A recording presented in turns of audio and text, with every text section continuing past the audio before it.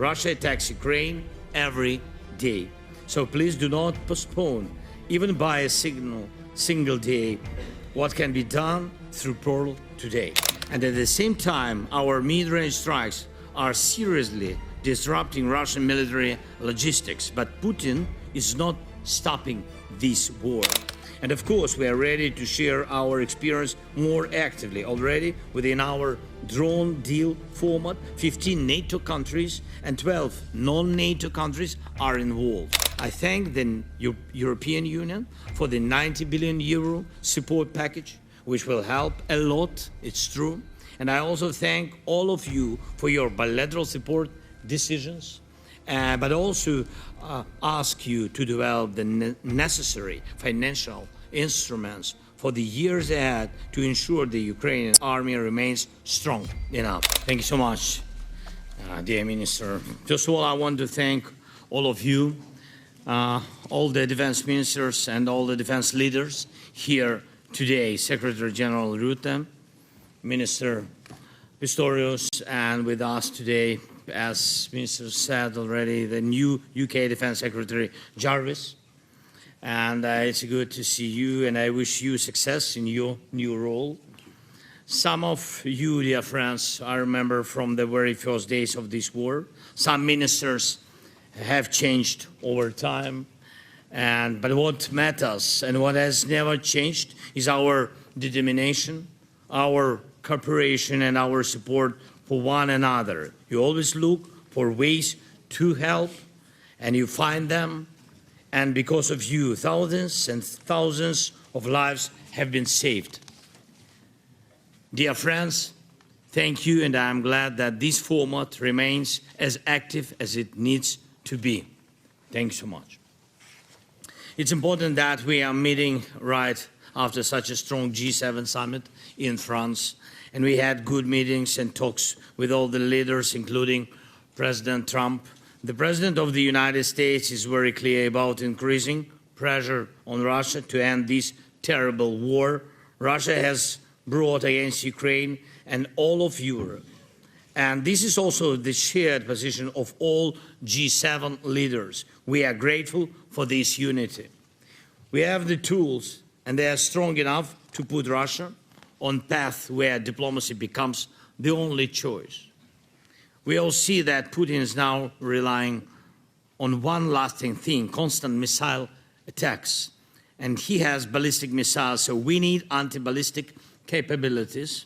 And we have done a lot to defend against drones, and our interception rate is about 90%. That is a serious, very serious achievement. We are also defending against cruise missiles, but Russian ballistic missiles remain a problem, and we need an answer to that problem. So today, Ukraine and Germany are taking very important, I think, important joint step. We have some technologies, Germany has some technologies, and today our defense ministers signed already an agreement to bring these capabilities together. In Ukraine, we have a company that is capable of producing ballistic missiles. Firepoint is moving toward this.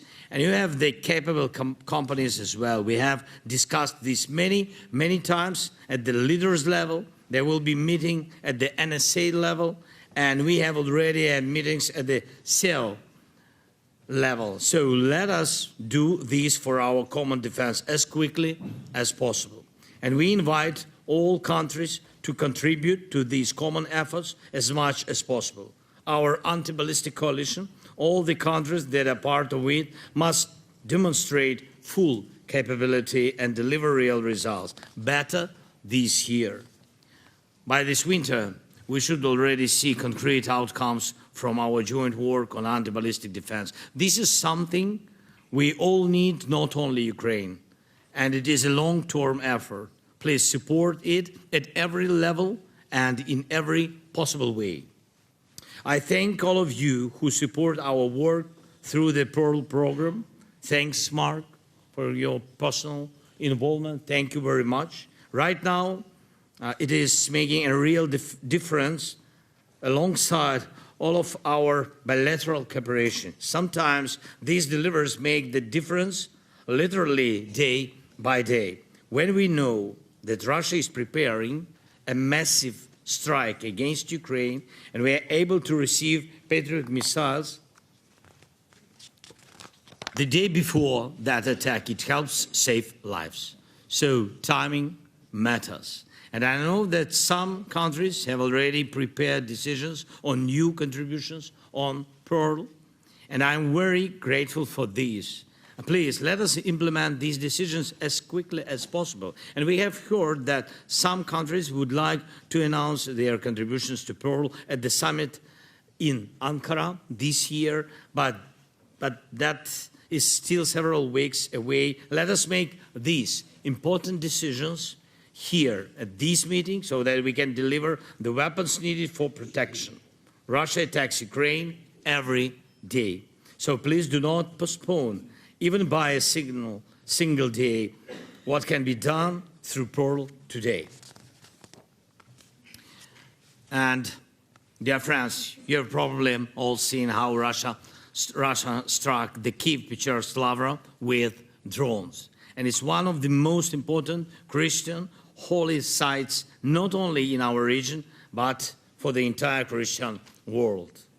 It was from the Lavra and the hills of Kyiv that Christianity spread eastward across our part of Europe. Attacking such places is, in fact, a crime against humanity. Of course, we are preparing our responses to such Russian attacks. And today you can see one of those responses in the Moscow region this morning. So our long-range sanctions are hitting Russian oil facilities, refineries very effectively. And Russia is already facing fuel shortages, and that federal budget revenues are falling significantly. And at the same time, our mid-range strikes are seriously disrupting Russian military logistics. But Putin is not stopping this war. He insists on continuing it, so the pressure must grow. Every project supporting Ukrainian drones and our weapons production in Ukraine, and together, of course, with you, with partners, and every sanctions measure against Russia for this war, all of it must grow. And of course, we are ready to share our experience more actively. Already, within our drone deal format, 15 NATO countries and 12 non-NATO countries are involved. These are different regions of the world, and we need to be active everywhere. Let us use today's meeting to discuss at the team level what is needed to speed up this work.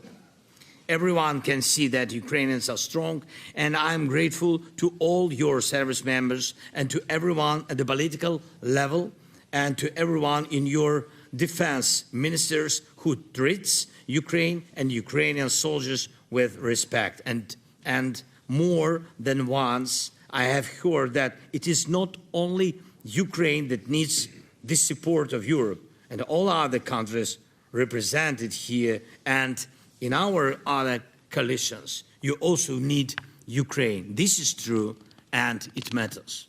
Everyone is interested in Ukraine's experience, in what we can do and in how we are holding back Russian aggression.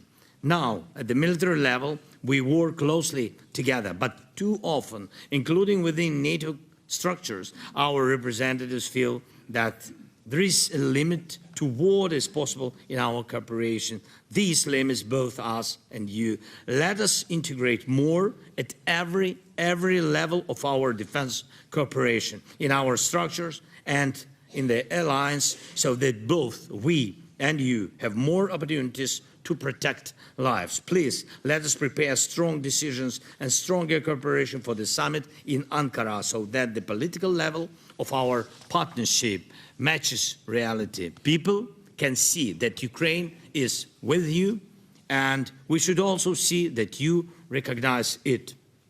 Dear friends, yesterday I raised two urgent issues with Mark, and the first is the number of unmanned ground vehicles. The second is long-range artillery ammunition.